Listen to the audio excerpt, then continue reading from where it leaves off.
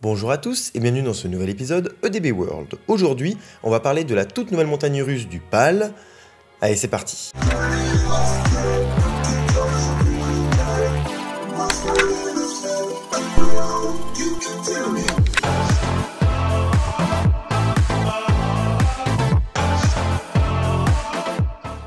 Avant de commencer, je vous invite à vous abonner à cette chaîne YouTube ainsi qu'à me suivre sur mon compte Instagram si c'est pas déjà le cas. Le PAL est un parc d'attractions se trouvant en Auvergne-Rhône-Alpes. Il a ouvert en 1973 et est un beau mélange entre un parc d'attractions et un parc zoologique, arborant ainsi de beaux espaces pour les animaux ainsi que de belles attractions pour les visiteurs. Comme Yukon Quad qui est un excellent roller coaster qui est très réputé et qu'évidemment je vous recommande chaudement. Mais pour en connaître davantage sur ce qui compose ce parc, je vous renvoie sur ma dernière vidéo tournée au PAL en fiche et en description.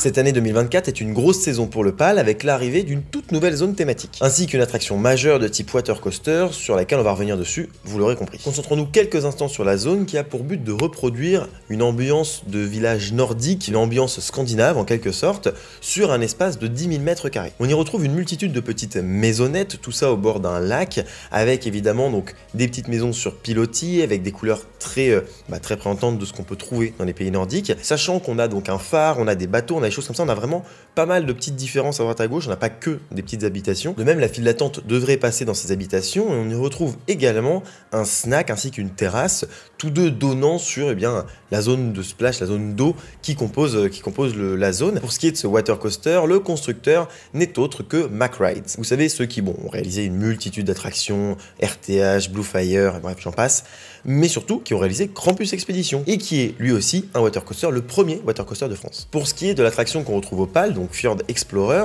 celle-ci va arborer des caractéristiques assez intéressantes avec une hauteur totale de 28 mètres et une chute finale de 18 mètres. Le parcours fera 600 mètres de long et visiblement ce serait pour la partie coaster, c'est 600 mètres de long. Je sais pas et j'arrive pas à vérifier si c'est coaster plus canal parce que je vous rappelle qu'un water coaster à l'origine, c'est donc une embarcation qui flotte, qui va traverser un canal pour rejoindre une partie roller coaster, une partie avec un rail, et finir dans l'eau et reprendre un petit peu le parcours du canal. Donc c'est un mélange entre les deux. Forcément, on ne sait pas trop quand il parle de longueur, de quoi il parle. Moi, j'ose espérer que c'est de longueur de rail, donc 600 mètres. Pour ce qui est de la vitesse, on va atteindre 79 km/h, donc c'est tout à fait correct. Nous serons 8 par embarcation, permettant d'atteindre le débit horaire de 850 personnes par heure au maximum et en capacité théorique. L'attraction sera accessible à partir d'1,10 m d'après ce que j'ai pu trouver sur le site, et le coût de cette construction s'élève à 12,5 millions d'euros. C'est un très gros investissement pour un parc, donc voilà, c'est à spécifier, c'est énorme. Et pour la petite anecdote, ce n'est pas le parc seul qui a payé cette attraction. D'ailleurs, je vais vous lire ce qui est donc noté sur le site. La construction de la nouvelle attraction Fjord Explorer bénéficie d'une subvention du Fonds européen de développement régional FEDER, donc FEDER, et de l'Union européenne à hauteur de 25% du montant global de la nouvelle zone scandinave 2024. Et c'est tout à fait normal, bon nombre de parcs régionaux bénéficient d'aides de l'Europe, de la région, du département, plein de choses. On va prendre l'exemple du Futuroscope qui, je crois, a beaucoup le département qui aide. Et puis par exemple, je crois que même sur Krampus Expedition, il y a eu une aide dans un sens, c'est tout à fait normal et ça permet au parc de se développer et c'est une chose importante. On voit qu'on soutient quand même d'une petite manière les parcs d'attractions et ça c'est quand même cool. Et pour éviter les polémiques de oui, notre argent, des impôts par là-dedans, etc., sachez que ça fait vivre des gens, ça permet de créer de l'emploi, ça fait délirer les gens aussi d'aller dans un parc, bref, c'est une bonne idée générale, surtout en plus dans le contexte actuel. C'est quand même cool d'avoir des parcs et de pouvoir en profiter et d'avoir un travail notamment dans un parc. Bref, c'est une petite parenthèse, mais voilà, c'est quand même important de soutenir plusieurs secteurs d'activité et le secteur du loisir est un secteur en plein essor, donc c'est important de le soutenir aussi.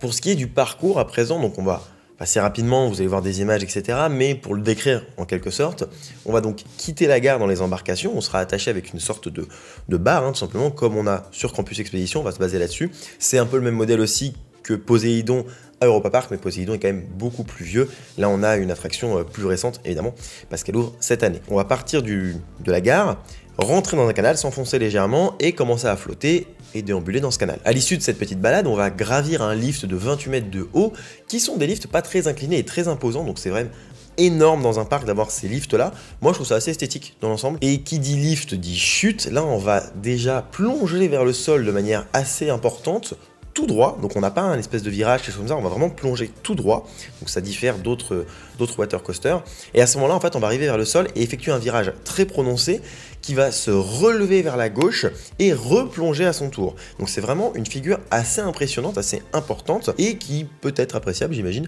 sur un water coaster. S'ensuit un changement de direction à une hauteur pas très élevée, donc je pense que le changement de direction va être assez impressionnant aussi. Un autre virage très relevé, donc c'est des virages vraiment hauts, et celui-ci il sera incliné à son sommet et semble plus incliné que lors du premier virage.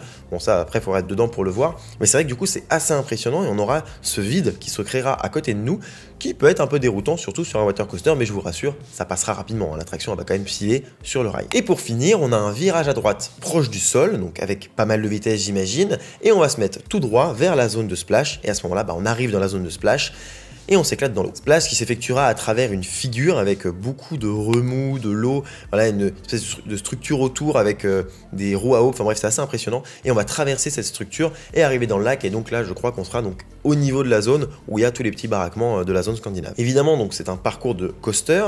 Il est court factuellement, c'est normal, hein, c'est pas un tort, c'est pas une mauvaise chose, mais c'est un fait. On a quelque chose de très impressionnant parce que 28 mètres, c'est quand même encore une fois une grosse montagne russe, et donc voilà, c'est une nouveauté majeure avec, j'espère, des sensations qui seront au rendez-vous sur cette attraction.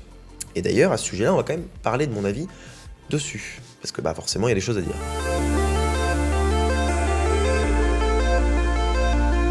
On va commencer par un point positif, la thématisation, c'est vraiment une superbe mise en valeur parce que ce choix de la zone scandinave, c'est quelque chose qu'on voit pas beaucoup et qui est vraiment cool et de base, se suffit à lui-même quand on va dans les pays nordiques, alors je ne suis jamais rendu, mais sur les images qu'on a, ça suffit à lui-même l'aspect général des bâtiments, etc. Donc là, ils ont repris cette idée-là, c'est une très bonne idée de prendre du réel et de l'amener dans un parc et montrer ça à des gens qui n'ont pas forcément l'habitude de le voir.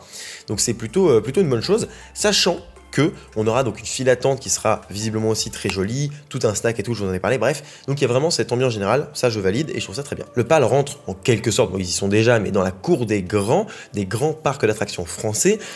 Quelque peu parc national, hein, on commence à titiller ce titre-là, mais on est plus sur du parc régional de grande ampleur, de plusieurs régions limitrophes, on va dire, un petit peu comme Niglo. Voilà, ils font à peu près le même nombre de visiteurs, un peu plus de 700 000 visiteurs grossièrement. Pour ce qui est de l'attraction, on a du familial plus, donc un petit peu en dessous du Yukon Quad, parce que je pense que c'est plus accessible que Yukon Quad, malgré que ce soit haut, et donc si on a le vertige et on a peur, ça peut être impressionnant, hein. C'est quand même 30 mètres quand on est en face, ça fait tout drôle si on n'a vraiment pas l'habitude.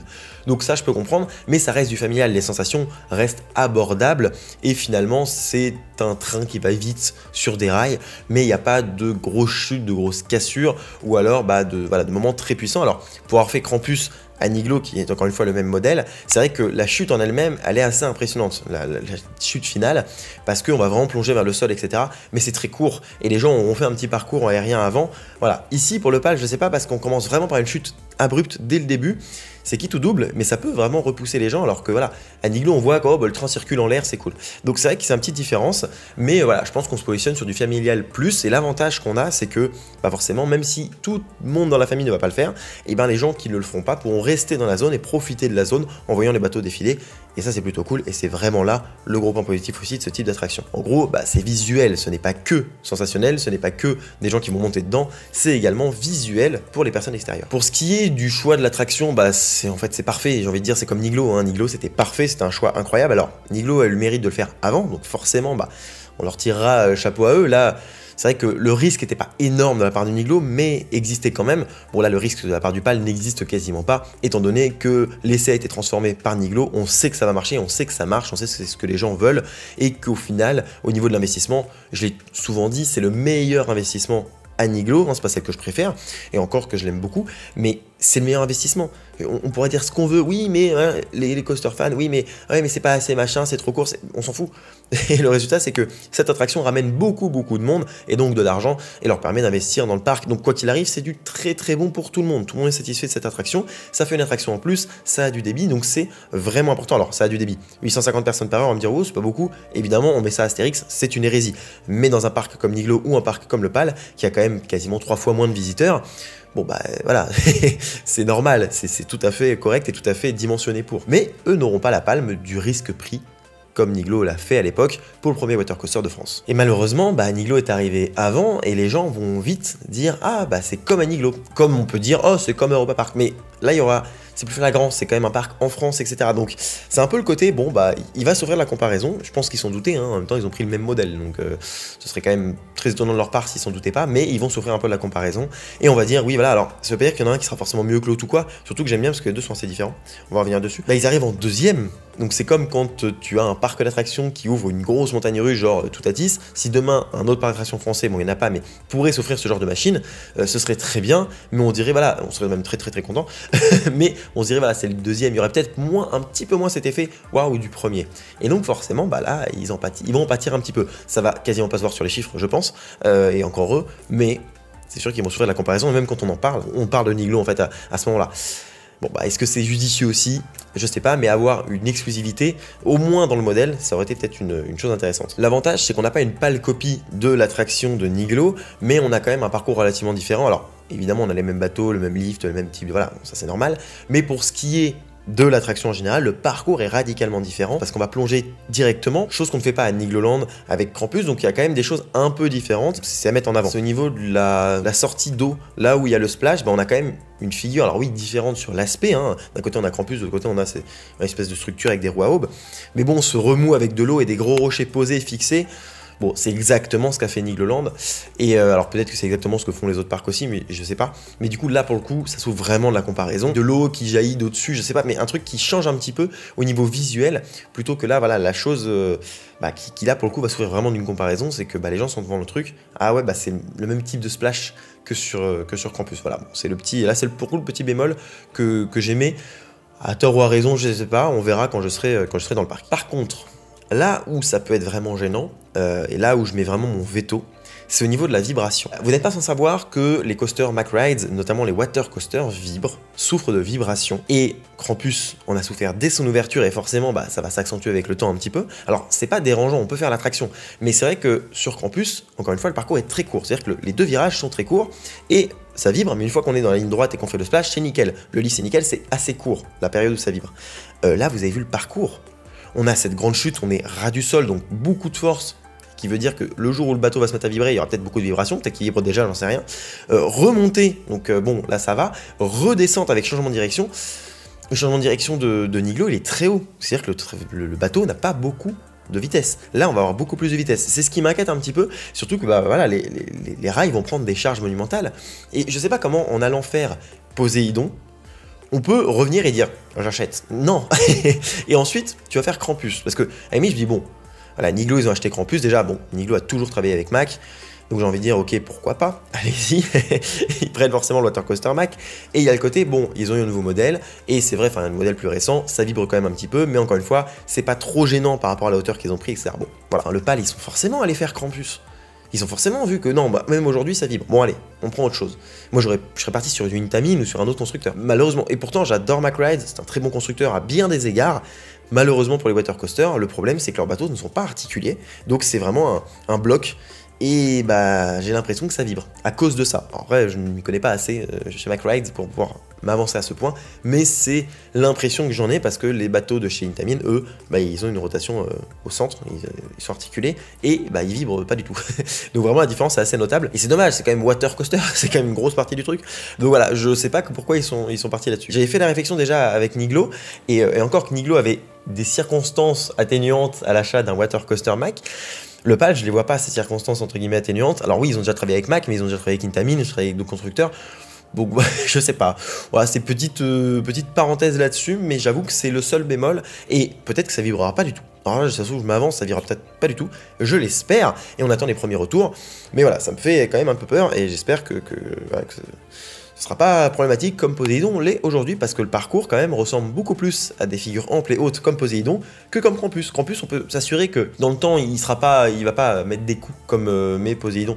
Là, celui du PAL, quand on voit le parcours, j'en ai peur pour le coup. J'en ai vraiment peur. Bref, en tout cas, ça vient largement compléter l'offre du parc avec beaucoup d'attractions aquatiques de base, donc là vraiment c'est encore une fois une très bonne chose. Je suis très content et mon avis dessus est quand même très positif, notamment pour la mise en valeur, pour la mise en beauté de l'attraction, etc. Voilà, les deux choses que je retiens, c'est la sortie splash, bon, qui est un peu ressemblante, le fait d'avoir pris le même modèle que Niglo, mais surtout bah, voilà, le fait d'avoir pris un water coaster Mack. Mais voilà, c'est le petit bémol. J'espère que ce sera pas plus dérangeant que ce qu'on a sur Campus, parce que Campus on peut le faire et le refaire sans souci malgré les vibrations. Donc voilà, j'espère que ce sera de ce calibre-là, mais encore une fois avec les forces qui sont exercées sur le train, ça me fait un peu peur. Mais dans l'absolu, je suis très positif et j'ai hâte de tester cette nouveauté, surtout que c'est un parc que j'aime beaucoup. Donc j'ai vraiment hâte de tester ce Fjord Explorer, de tester cette attraction, ce nouveau water coaster, ce second water coaster de France. Voilà, ceci étant dit, je vous remercie d'avoir suivi la vidéo jusqu'au bout, je vous dis à bientôt pour un prochain épisode, soit en EDB World, soit une vidéo dans un parc. D'ici là, soyez enthousiastes, salut!